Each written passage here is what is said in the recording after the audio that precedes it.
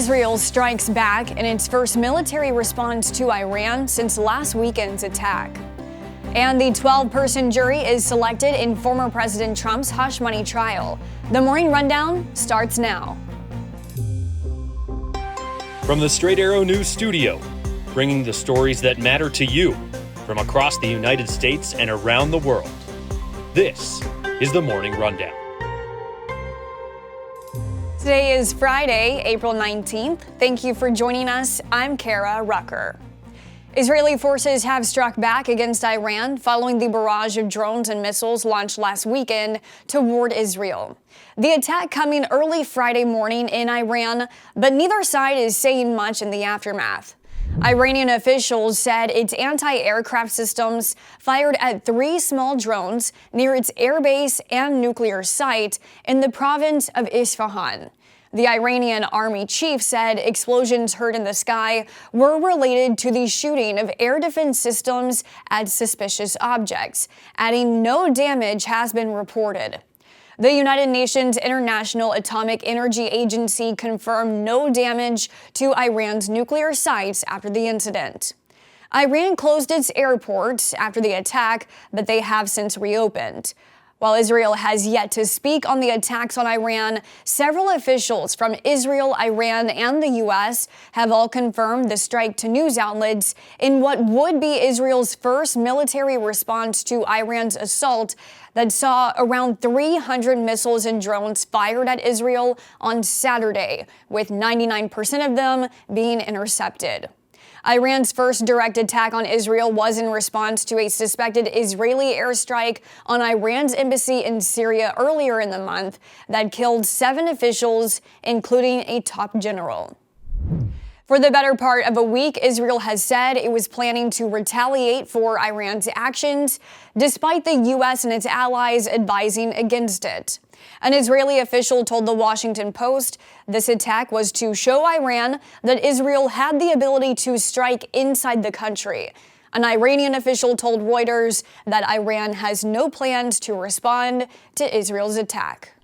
More than 100 students were arrested Thursday at Columbia University during a pro-Palestinian protest on the campus's main lawn. This coming just one day after the university's president was questioned on Capitol Hill over anti-Semitism on campus. The arrest happened as New York City police in riot gear dismantled a makeshift tent city that had been set up by the protesters without school permission. University President Manu Shafiq requested NYPD's assistance to remove protesters from campus, citing the encampment as a clear and present danger to the university's operations. In a statement to the Columbia community, Shafiq announced the suspension of all students participating in the protest, expressing regret over their refusal to resolve the situation peacefully.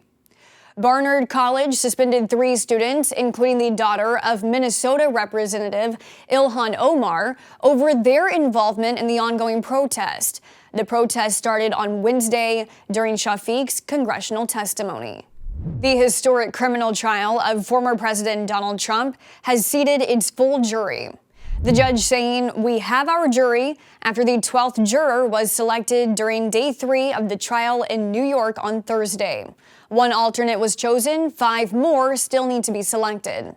The judge said he is hopeful jury selection will wrap today.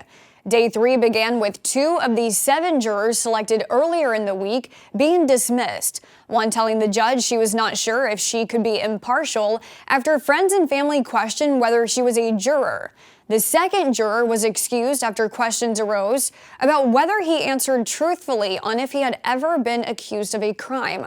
Prosecutors finding news stories showing someone with the same name once being arrested for tearing down right-leaning political posters. The judge replaced the 2, then selected 5 others to complete the jury, including a speech therapist, a former wealth manager, a physical therapist, and a product development manager. Opening statements could begin on Monday. FBI Director Christopher Wray is warning that hackers linked to the Chinese government have infiltrated U.S. infrastructure and are waiting for, quote, just the right moment to deal a devastating blow. Speaking at the Vanderbilt Summit on Modern Conflict and Emerging Threats on Thursday, the FBI director said the hacking group called Volt Typhoon has gained access to numerous American companies in critical sectors like telecommunications, energy, and water. Despite Microsoft and Google also linking the hackers to China, earlier this week a spokesperson from the Chinese Ministry of Foreign Affairs stated that Volt Typhoon is not affiliated with China's government, but is a criminal ransomware group. In his Vanderbilt remarks, Wray detailed the Chinese Communist Party's drive for power motivates their strategies, including the theft of intellectual property and technologies crucial to future economies. I'm talking about everything from indiscriminate hacking to economic espionage to transnational repression to fentanyl and the precursor chemicals that are coming out of China and ending up in our communities. What we're facing today is the CCP throwing its whole government into undermining the security of the rule of law world. On the same day, Netflix announced it has added more than 9 million subscribers in the first 3 months of the year amid its crackdown on password sharing. The streaming giant said it would no longer be reporting subscriber numbers each quarter. The 9.3 million additional subscribers far surpassed estimates, bringing the global total to nearly 270 million subscribers, a record high. The company also reported over $9 billion in revenue, a 15% increase from just a year ago. Netflix says it is switching to now only announcing subscriber additions when major milestones are reached. Netflix telling investors that the company's success should be assessed based on its revenue and operating margins, adding that time spent using the service is the best way to gauge customer satisfaction. Finally, this morning, one of the most anticipated albums of all time is now available, breaking records even before its midnight release just hours ago. Spotify reporting Taylor Swift's 11th studio album, The Tortured Poets Department, broke its record for the most pre-saved album in the streaming service's history. Swift's latest album dropped overnight, with the Grammy winner surprising Swifties by announcing this release is a double album, sharing 15 extra songs with fans at 2 a.m.